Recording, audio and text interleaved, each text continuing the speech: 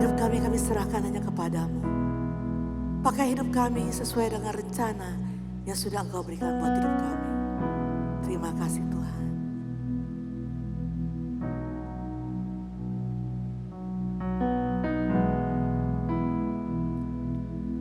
Ku mau cinta Yesus selamanya.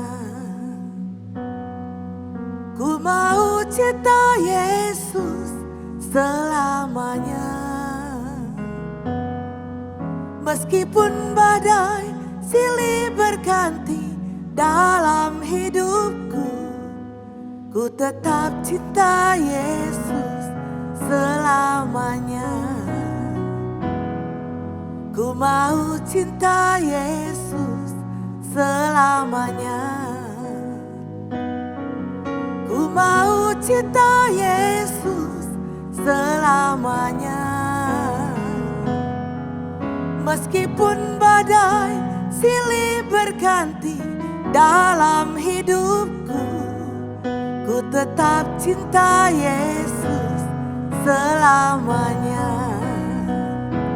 Ya Aba, Bapa, ini aku anakmu, layakkanlah seluruh hidupku. Ya Aba, Bapa, ini aku anakmu, pakailah sesuai dengan rencanamu. Terima kasih Tuhan. Ku mau cinta Yesus selamanya. Ku mau cinta Yesus selamanya. Meskipun badai silih berganti dalam hidupku, ku tetap cinta Yesus selamanya. Ya Aba, Bapa, ini aku anakmu, layakkanlah seluruh hidupku. Ya Aba, Bapa, ini aku anakmu, pakailah sesuai dengan rencanamu. Ya Aba, Bapa, ini aku anakmu, layakkanlah seluruh hidupku. Ya Aba, Bapa, ini aku anakmu, pakailah sesuai dengan rencanamu. Pakailah sesuai dengan rencanamu. Pakailah sesuai dengan rencanamu. Terima kasih Tuhan. Terima kasih. Kami bersyukur. Kami bersyukur. Kami bersyukur. Haleluya, haleluya. Terima kasih Tuhan. Terima kasih Bapa. Terima kasih.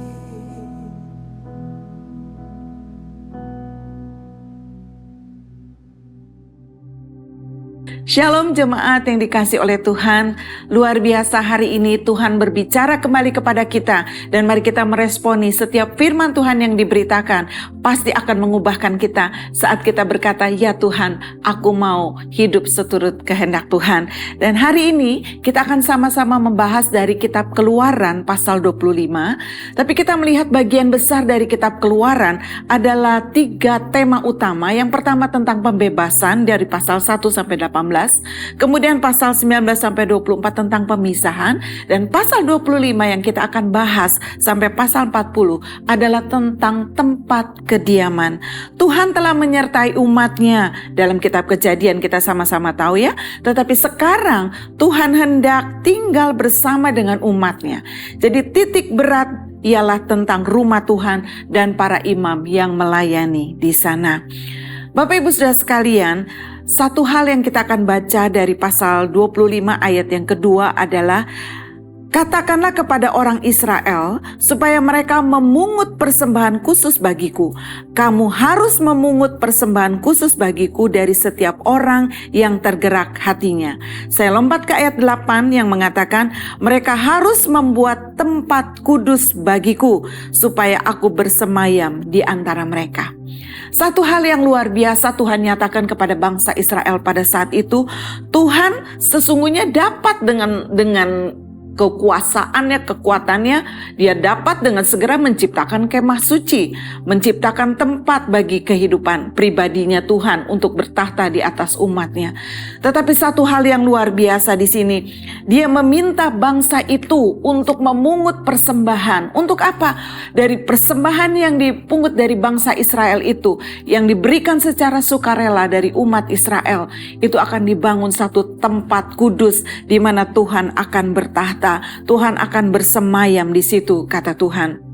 Dan Tuhan melibatkan bangsa Israel untuk membangun kemah suci. Sesungguhnya Tuhan dapat berkata saja, mungkin dapat langsung tercipta. Tapi kita melihat di sini luar biasa Tuhan memberikan hak istimewa kepada umat Israel, kepada bangsa Israel saat itu. Diperintahkan, diberikan kesempatan untuk membangun tempat kudus Tuhan. Padahal umat Israel bukan umat yang kudus. Banyak sekali pemberontakan yang terjadi, tapi kita melihat kasih karunia Tuhan tuh besar ditunjukkan kepada setiap manusia, di mana manusia yang penuh dengan dosa, penuh dengan kekurangan, diberikan kesempatan untuk membangun tempat kudus di mana Tuhan akan bersemayam di atasnya. Dan bagaimana dengan kita saat ini? Bapak Ibu Saudara sekalian, Tuhan juga mengatakan di dalam perjanjian baru 1 Korintus 3 ayat yang ke-16, tidak tahukah kamu bahwa kamu sekalian adalah bait Allah dan bahwa roh Allah tinggal di dalam kamu. Jadi kalau dulu Tuhan menginginkan umat Israel membangun tempat kudusnya, pada saat ini Bapak Ibu Saudara dan saya hidup di era ini, Tuhan sendiri yang menyatakan bahwa hidup kita adalah tempat di mana Tuhan bersemayam. Roh Allah tinggal bersama dengan kita. Oleh karena itu Bapak Ibu, mari kita persembahkan kehidupan kita. Kehidupan yang sungguh-sungguh mengasihi Tuhan. Satu hal yang luar biasa yang Tuhan berikan kepada kita. Satu hal yang luar biasa Tuhan mau tinggal di dalam diri kita. Penuh dengan kekurangan, penuh dengan kelemahan. Tapi Tuhan menyatakan dirinya bahwa hidup kita yang kita katakan Tuhan sebagai Tuhan dan Juru Selamat. Maka Tuhan mengatakan, aku mau tinggal di dalam kehidupan kita. Tuhan ada bersama-sama dengan kita. Hidup kita adalah bait-Nya. Roh Kudus tinggal di dalam kehidupan kita. Dan hal yang kedua, selain sebuah persembahan yang diberikan, Tuhan mau sebuah rancangan. Tuhan mengatakan di ayat 8-9 di dalam Keluaran saat itu, Tuhan mengatakan untuk melakukan semuanya sesuai rancangan Tuhan. Ayat 8 dan 9 ya, saya mengatakan mereka harus membuat tempat kudus bagiku supaya aku bersemayam di antara mereka menurut segala yang kutunjukkan kepadamu sebagai pola kemah suci dan segala perlengkapannya. Demikianlah kamu membuatnya. Rupanya Tuhan memiliki rancangan. Bait-Nya harus dibuat sesuai rancangan Tuhan, bukan mau-maunya Musa, bukan mau-maunya umat Israel. Demikian juga kita. Roh Kudus, tempat kudus Tuhan ada di dalam hidup kita. Tuhan mau bangun bait-Nya, bukan mau-maunya kita, bukan kehendak kita yang terjadi, tetapi pola Tuhan, rancangan Tuhan yang terjadi dalam kehidupan kita. Sangat bahaya kalau kita membangun hidup kita dengan maunya, kehendak kita sendiri saja. Tapi kita berkata, Tuhan, hidupku adalah tempat-Mu. Biar terjadilah kehendak Tuhan dalam hidupku, rancangan-Mu Tuhan dalam hidupku. Kita jalani hari-hari ke depan, bukan mau-maunya kita, tapi kita berkata kehendak Tuhan yang terjadi dalam kehidupan kita. kita. Biar kita mau praktekkan ini, kita mau mempersembahkan hidup kita di mana Tuhan bertahta. Dan biarlah Tuhan kerjakan apa yang Tuhan mau, apa yang Tuhan rancangkan terjadi dalam hidup kita. Itu yang kita ikuti, pola itu yang kita lakukan sesuai polanya Tuhan, sesuai blueprintnya Tuhan bagi kehidupan kita masing-masing. Biar kita berjalan mulai saat ini, selamat untuk menikmati firman Tuhan, selamat untuk mengerjakannya. Pasti kekuatan Roh Kudus ada di dalam kehidupan kita masing-masing, memampukan kita menjadi pelaku firman Tuhan. Mari kita berdoa. Terima kasih untuk hari ini Tuhan. Kembali Tuhan berbicara kepada kami. Kami mau mempersembahkan hidup kami di mana Tuhan bertahta atas hidup kami. Dan kami mau Tuhan, kehendak Tuhan, rancangan Tuhan saja yang terjadi dalam kehidupan kami. Roh Kudus yang memampukan kami dan kami mau berjalan seturut rancangan Tuhan dalam hidup kami.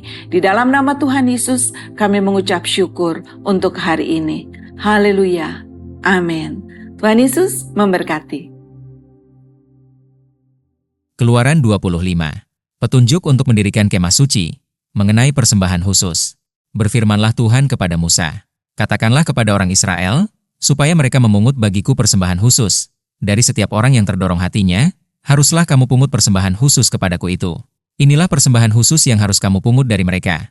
Emas, perak, tembaga, kain ungu tua, kain ungu muda, kain kirmizi, lenan halus, bulu kambing, kulit domba jantan yang diwarnai merah, kulit lumba-lumba dan kayu penaga, minyak untuk lampu, rempah-rempah untuk minyak urapan dan untuk ukupan dari wangi-wangian, permata krisopras dan permata tatahan untuk baju efod dan untuk tutup dada. Dan mereka harus membuat tempat kudus bagiku, supaya aku akan diam di tengah-tengah mereka. Menurut segala apa yang kutunjukkan kepadamu, sebagai contoh kemah suci dan sebagai contoh segala perabotannya, demikianlah harus kamu membuatnya. Mengenai tabut perjanjian, haruslah mereka membuat tabut dari kayu penaga, 2,5 hasta panjangnya, 1,5 hasta lebarnya, dan 1,5 hasta tingginya. Haruslah engkau menyalutnya dengan emas murni. Dari dalam dan dari luar engkau harus menyalutnya. Dan di atasnya harus kau buat bingkai emas sekelilingnya. Haruslah engkau menuang 4 gelang emas untuk tabut itu, dan pasanglah gelang itu pada keempat penjurunya, yaitu 2 gelang pada rusuknya yang satu, dan 2 gelang pada rusuknya yang kedua. Engkau harus membuat kayu pengusung dari kayu penaga, dan menyalutnya dengan emas. Haruslah engkau memasukkan kayu pengusung itu ke dalam gelang yang ada pada rusuk tabut itu, supaya dengan itu tabut dapat diangkut. Kayu pengusung itu haruslah tetap tinggal dalam gelang itu, tidak boleh dicabut dari dalamnya. Dalam tabut itu haruslah kau taruh loh hukum yang akan kuberikan kepadamu. Juga engkau harus membuat tutup pendamaian dari emas murni, 2,5 hasta panjangnya dan 1,5 hasta lebarnya. Dan haruslah kau buat 2 kerup dari emas, kau buatlah itu dari emas tempaan, pada kedua ujung tutup pendamaian itu. Buatlah 1 kerup pada ujung sebelah sini, dan 1 kerup pada ujung sebelah sana. Seiras dengan tutup pendamaian itu kamu buatlah kerup itu, di atas kedua ujungnya. Kerup-kerup itu harus mengembangkan kedua sayapnya ke atas, sedang sayap-sayapnya menudungi tutup pendamaian itu, dan mukanya menghadap kepada masing-masing. Kepada tutup pendamaian itulah harus menghadap muka kerup-kerup itu. Haruslah kau letakkan tutup pendamaian itu di atas tabut, dan dalam tabut itu engkau harus menaruh loh hukum yang akan kuberikan kepadamu.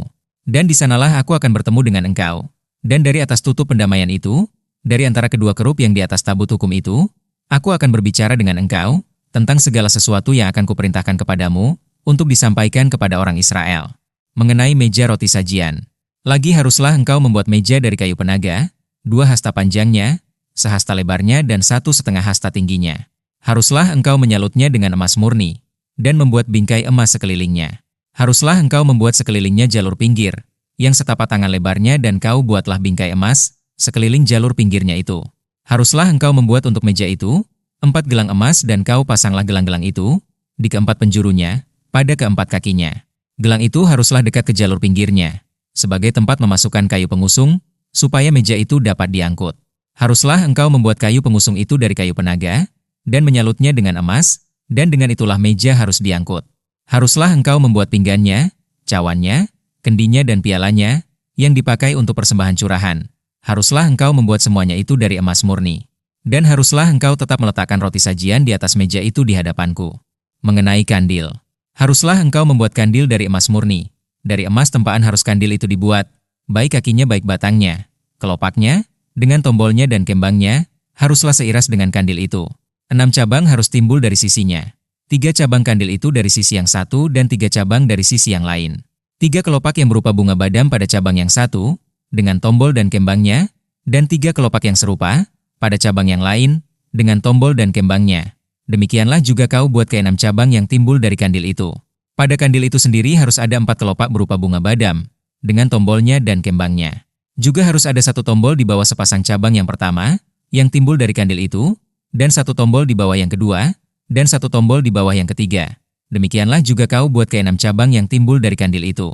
Tombol dan cabang itu harus timbul dari kandil itu, dan semuanya itu haruslah dibuat dari sepotong emas tempaan yang murni. Haruslah kau buat pada kandil itu 7 lampu, dan lampu-lampu itu haruslah dipasang di atas kandil itu, sehingga diterangi yang di depannya. Sepitnya dan penadahnya haruslah dari emas murni. Dari 1 talenta emas murni, haruslah dibuat kandil itu dengan segala perkakasnya itu. Dan ingatlah, bahwa engkau membuat semuanya itu, menurut contoh yang telah ditunjukkan kepadamu di atas gunung itu.